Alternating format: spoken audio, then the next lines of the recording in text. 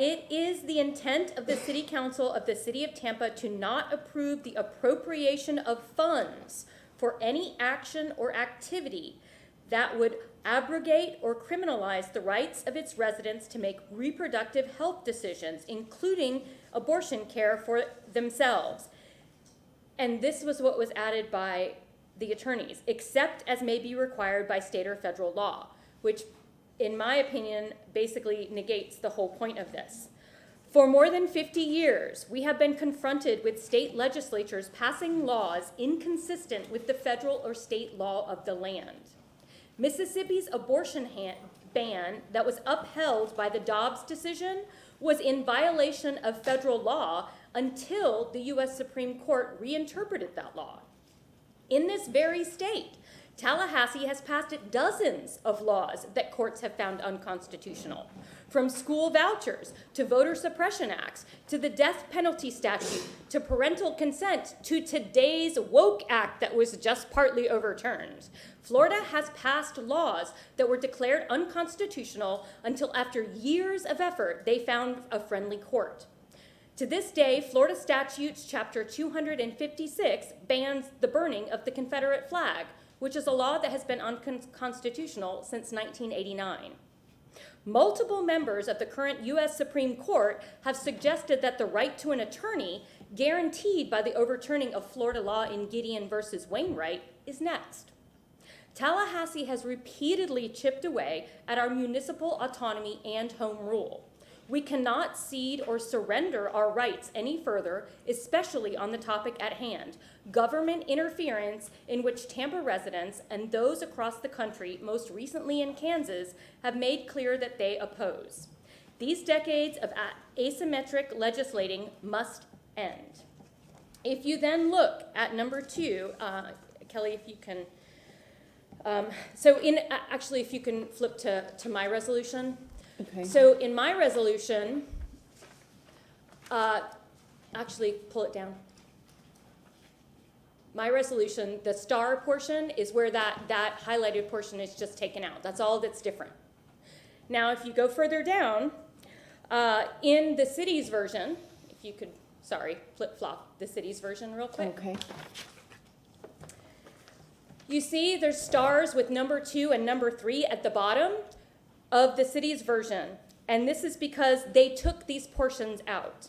So she's going to show in my resolution the portions that were taken out by the city attorneys that I would like to leave in. Number 2? Yes, number 2 says, be it further resolved that the City Council of the City of Tampa will not approve the appropriation of funds for any organization or entity operating a crisis pregnancy center or pregnancy resource center that is established with the explicit purpose of opposing legal abortion and dissuading pregnant people from seeking abortion services. If you turn then to page 3, which has number 3, and this is the one that Mayor Castor so thankfully spoke to, that the City Council of the City of Tampa's approved appropriation of funds will reflect that the investigation or support for the prosecution of any allegation, charge, or information relating to any individual who seeks, provides, or supports abortion and abortion-related care will be the lowest priority for enforcement and the use of city resources and personnel. And this is the one that Mayor Castor spoke to yesterday. Now, in regards to this, to restrict the boundaries of this resolution to those dictated by the state makes us once again followers. In the interest of showing leadership, it is our responsibility to lead. We will furthermore not be compelled to squander taxpayer dollars on so-called services that obscure their true mission and aim to deceive those seeking medical care protected by the Florida Constitution. Nor will we be coerced out of electing how not to spend taxpayer dollars. The fear of investigation or prosecution in other states has already led doctors to avoid providing life-saving care and put women at risk of dying.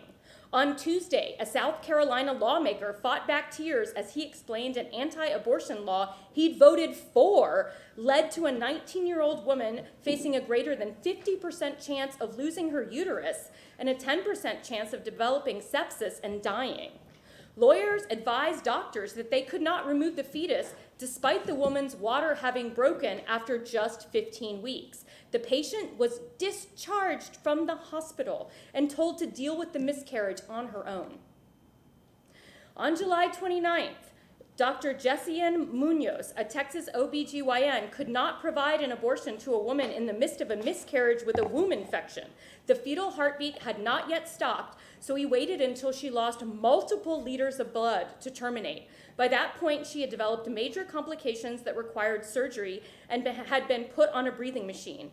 It's why another Texas patient undergoing a miscarriage could not terminate until she was bleeding out. It's why at least 28 other patients, Texas patients experiencing a failed pregnancy, were denied an abortion, a majority of whom then had serious infections and bleeding. A study published last month in the American Journal of Obstetrics and Gynecology found that after Texas implemented its abortion restrictions, the number of women suffering serious complications such as bleeding and infections after miscarriages was 73% higher than other states. The New England Journal of Medicine estimates 26% of pregnancies end in miscarriage. 26%. More than 200,000 Florida people get pregnant every year. We are obligated to eliminate this ambiguity with a strong commitment that medical professionals will not be investigated or prosecuted in this city for providing medical care. And I just want to thank everyone today for the testimony they shared. The gravity never ceases it keeps resettling with me. And I just want to say that your stories today just reminded me of the fact that I am so much less safe than any of my fellow council members. I can go out tonight. I can be raped. I can have to be forced to carry a child against my will. I could be pregnant and not be able to protect myself. And it's something that I alone and every person who can carry a pregnancy in this state has to deal with, and the fear, the absolute fear. I believe that the least we can do is pass this resolution saying that we are not going to focus our funds and our we're making this a low priority for enforcement, and I believe that's the least we can do. Thank you.